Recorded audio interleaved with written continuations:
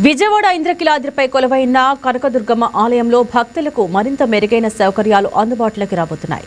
భక్తులకు నాణ్యమైన అన్నప్రసాదం ప్రసాదాలను అందించేందుకు ఇంద్రకీలాద్రిపై భారీ భవనాలు నిర్మించారు. ఈ భవనాలు ప్రారంభానికి సిద్ధమయ్యాయి. ఈ నెల 21న అన్నదాన భవనం, ప్రసాదాల తయారీ భవనాలను ప్రారంభించేందుకు ఏర్పాట్లు జరుగుతున్నట్లు తెలుస్తోంది. ప్రారంభం అనంతరం దసరా నాటికి ఈ భవనాలను పూర్తి స్థాయిలో భక్తులకు అందుబాటులోకి తీసుకురావాలని అధికారులు భావిస్తున్నారు. అన్నదాన భవనానికి కనకదుర్గ అన్న ప్రసాద సదనంగా, ప్రసాదాల తయారీ భవనానికి దుర్గాభవాని మహాప్రసాద భవనంగా పేర్లు ఖరారు చేసినట్లు తెలుస్తోంది. ఈ నెల 21న అన్నదాన భవనం, ప్రసాదాల తయారీ భవనాలను ప్రారంభించేందుకు ఏర్పాట్లు జరుగుతున్నట్లు తెలుస్తోంది.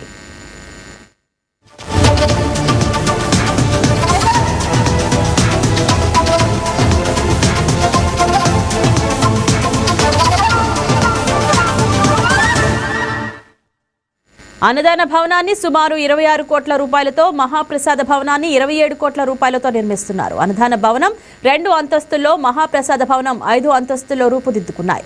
ప్రస్తుతం భవనాల లోపల రంగులు, ఇతర చిన్న పనులు ముగింపు దశలో ఉన్నాయి. అన్నదాన భవనం అందుబాటులోకి వస్తే ఇప్పటి వరకు బయట వడ్డించి తీసుకొచ్చి భక్తులకు వడ్డిస్తున్న అన్న ప్రసాదాన్ని ఇకపై ఇక్కడే తయారు చేసి వడ్డించనున్నారు.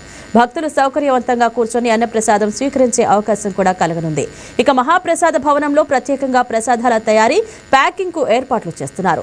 2 అంతస్తుల్లో ప్రసాదాల తయారీ, వాటిని సిద్ధం చేసే ప్రక్రియ కొనసాగుతుంది. మొత్తంగా విజయవాడ దుర్గమ్మ ఆలయంలో కూడా తిరుమల తరహాలో అన్న ప్రసాద సదనం, ప్రసాదాల తయారీ భవనాలు అందుబాటులోకి రాబోతున్నాయి. ఇక భక్తులకు అందిస్తున్న సేవల్లోనూ విజయవాడ దుర్గమ్మ ఆలయం టాప్ లో నిలిచింది.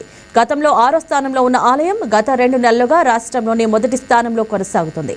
దర్శనం, ప్రసాదం, అన్నదానం, పారిశుధ్యం, తాగునీరు వంటి అంశాలపై భక్తుల నుంచి ఫీడ్బ్యాక్ తీసుకుంటున్నారు. VRS కాల్స్ ద్వారా భక్తుల అభిప్రాయాలను సేకరిస్తున్నారు. జూలై, ఆగస్టు నెలల్లో దుర్గమ్మ ఆలయం అగ్రస్థానంలో నిలిచినట్లు తెలుస్తోంది. ఈ నెల 21న ప్రారంభం కానున్న ఈ 2 భవనాలు దసరా నాటికి పూర్తి స్థాయిలో భక్తులకు అందుబాటులోకి రానున్నాయి. ఇక దసరా ఉత్సవాల సమయంలో ఇంద్రకీలాద్రికి భారీ సంఖ్యలో భక్తులు తరలివచ్చే అవకాశం ఉంది.